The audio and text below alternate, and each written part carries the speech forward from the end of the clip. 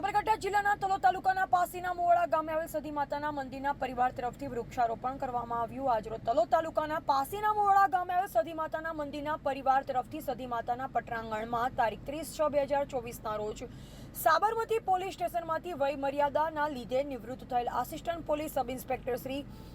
મોહમ્મદસિંહ પૃથ્વીસિંહ રાઠોડ અને સતી માતાના ભુવાજી શ્રી દેવુસિંહ પૃથ્વીસિંહ રાઠોડના પરિવાર તરફથી સતી માતાના મંદિરના પટરાંગણમાં એક પેડ માં કે નામ સે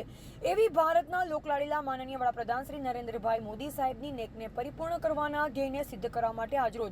રિટાયર્ડ પીએસઆઈ શ્રીના પરિવારના કુલ નાના મોટા 51 સભ્યો દરેકને પોતપોતાની માતાના નામે અલગ અલગ વૃક્ષો રોપવામાં આવ્યા। પ્રસંગે તલોદ તાલુકાના ભારતીય કિસાન સંઘ સમિતિના પ્રમુખ શ્રી પણ હાજર રહ્યા હતા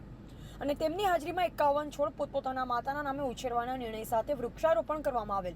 આ રીતે તલોદ તાલુકાના દરેક ગામોમાં પોતપોતાના ખેતરના શેડે અથવા તો ઘરની આજુબાજુ પોતપોતાની માતાના નામે જો એક વૃક્ષ રોપવામાં આવશે તો આવનાર સમયમાં જે ગરમીનો સામનો કરવો પડે છે તેનું કાયમી ધોરણે નિરાકરણ આવે તેમ છે અને ફળ ઝાડના કારણે ચોમાસાની સિઝનમાં વરસાદ પણ વધુ આવશે તેવી તમન્ના સાથે આજે વૃક્ષારોપણ કાર્યક્રમ કરવામાં આવ્યો। આજ રોજ તલોદ તાલુકાના પાસીના મોવાડા ગામે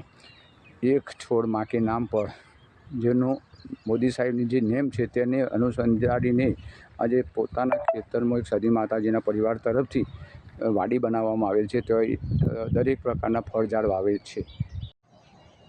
માનનીય નરેન્દ્રભાઈ મોદી સાહેબની જે નેમ છે કે એક છોડ માં કે નામ પર, એવું જ આજે તલોદ તાલુકાના પાસીના મોવાડા ગામમાં